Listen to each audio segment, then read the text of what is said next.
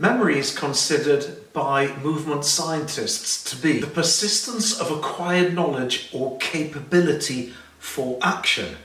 The common view is that at least 3 different forms of memory have been identified as being key to our movement patterns, etc.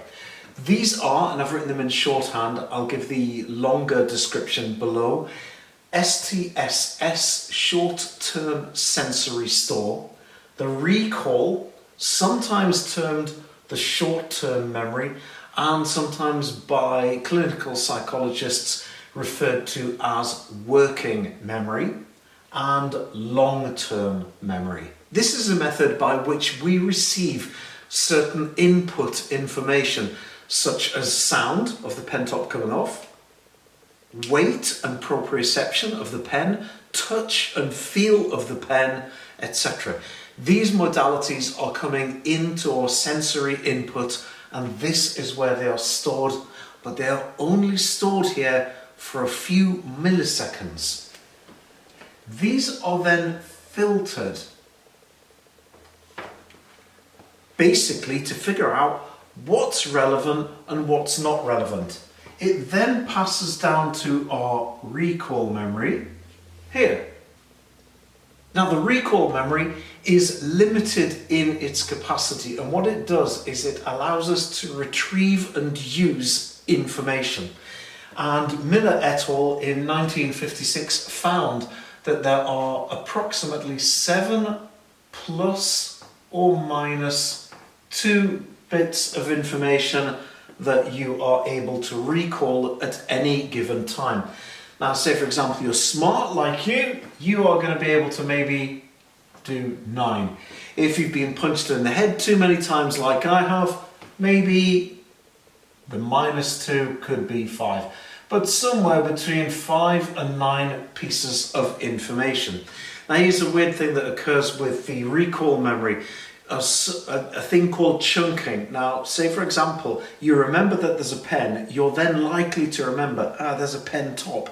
So these things get put together in a process called chunking. You'll put together some relevant pieces of information based on what they are, whether that be auditory information, visual information, or whether it be that you just remember that there are 2 pieces like this. Essentially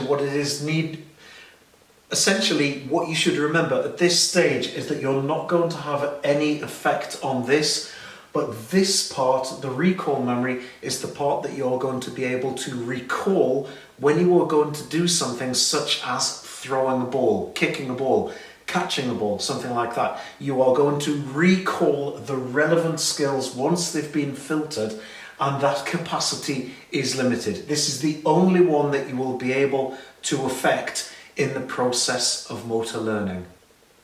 Long-term memory is when something has passed from your recall memory into your long-term memory by diligent and dutiful practice. So you practice enough times, eventually something will become a part of your long-term memory, and then you don't really need to think about it anymore. In essence, it acts like a CPG, which is a central pattern generator.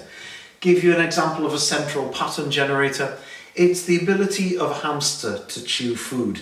It's the ability of a baby to be able to suckle from the mother's breast. It is the ability that once you've got the strength, the ability to walk, to perform locomotion. Interesting studies have been done on these CPGs, and they have found that animals which have no prefrontal cortex, so no ability to actually think about what they're doing, these top level neurons, what you'll find is that the animal is, if it's put on a treadmill, it is still able to maintain walking, despite the fact that it's having no real input from the prefrontal cortex. Very, very interesting experiments, and they prove that these things are essentially, if you like, the things with which we are born, almost the things that we're born with. And that is pretty much how your long-term memory is going to work. Now, interestingly enough, when you come to performing a sports skill, if you've got something in your long-term memory here, When you come to recall it and to change it a little bit, this is going to go back and it's going to be your recall memory that is going to do this. So the process, STSS to the recall memory, after a certain number of repetitions, we've discussed this already, approximately 300 to 500, it will go into your long-term memory and behave like a central pattern generator. When you need to recall it, you will use your recall memory again in order to take that bit of information out and to do something with it. Very, very interesting research has been done into what causes people to choke under pressure.